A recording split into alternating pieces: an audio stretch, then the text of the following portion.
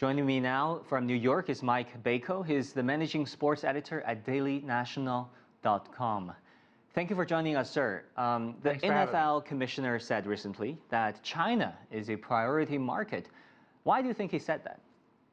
Well, I think Roger Goodell just actually sees the opportunity to grow the league. One of the things that was his mandate many years ago when he first became commissioner is to get to a $25 billion threshold in terms of revenue for the NFL. So how can you do that? Obviously through TV revenue, merchandising, certainly right now with gambling becoming a priority for a lot of NFL fans, legalized gambling, but also growing the league internationally. They already have games in London. They already have games in Mexico City. Probably a likelihood of a game in China in the next 10 years or so. Not a very high likelihood, but it's a fertile market with hundreds of millions of potential fans for him to be able to extend the reach of this game to. So, Mike, what challenges and opportunities do you think the move to China will present?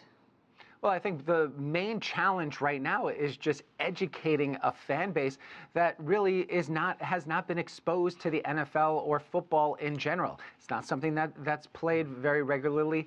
They don't have the infrastructure in terms of the leagues right now. They have an amateur league that has a couple of thousand players. They have the Arena Football League, but they don't have something institutionalized like the NBA had a stronghold in China. They had a tentpole athlete like Yao Ming who came over and starred in the NBA and really took the popularity to the next level. Right now, there are some players that are more popular than others in China. Tom Brady has made efforts to go over from an endorsement perspective. Russell Wilson, Super Bowl winning champion with the Seattle Seahawks. But the likelihood is that this is going to be a very grassroots effort. This is going to be something that they're going to grow over many, many years.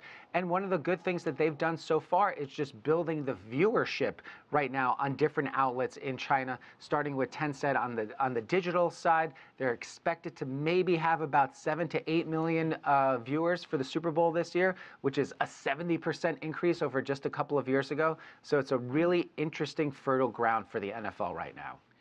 So many friends in China asked me this question. I want to ask you because presumably hundreds of millions of Chinese could be watching this show. Why do you think Chinese fans should switch from soccer, from badminton, from ping pong to American football?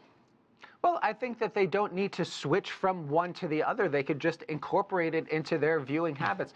Right now, here in the States, the NBA is soaring in popularity. It's still dwarfed by the NFL, but there's NBA fans who are now turning their attention to the NFL, and they watch it on a Sunday. They watch it on a Thursday night or a Monday night football, things like that.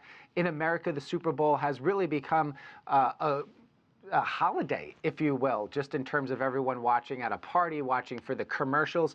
I don't think it's going to be that sort of event in China, but I think the more that they watch, the more that they see the play on the field, and they're just exposed to a new sport, it'll grow in popularity. And then on the flip side, if they actually go out and play it and form a bond with it from a personal perspective, I think that's where the NFL can really grow. If they're going to start to get people going out in their backyards, playing in youth leagues, playing in parks, playing wherever they play, that's where the growth will really happen.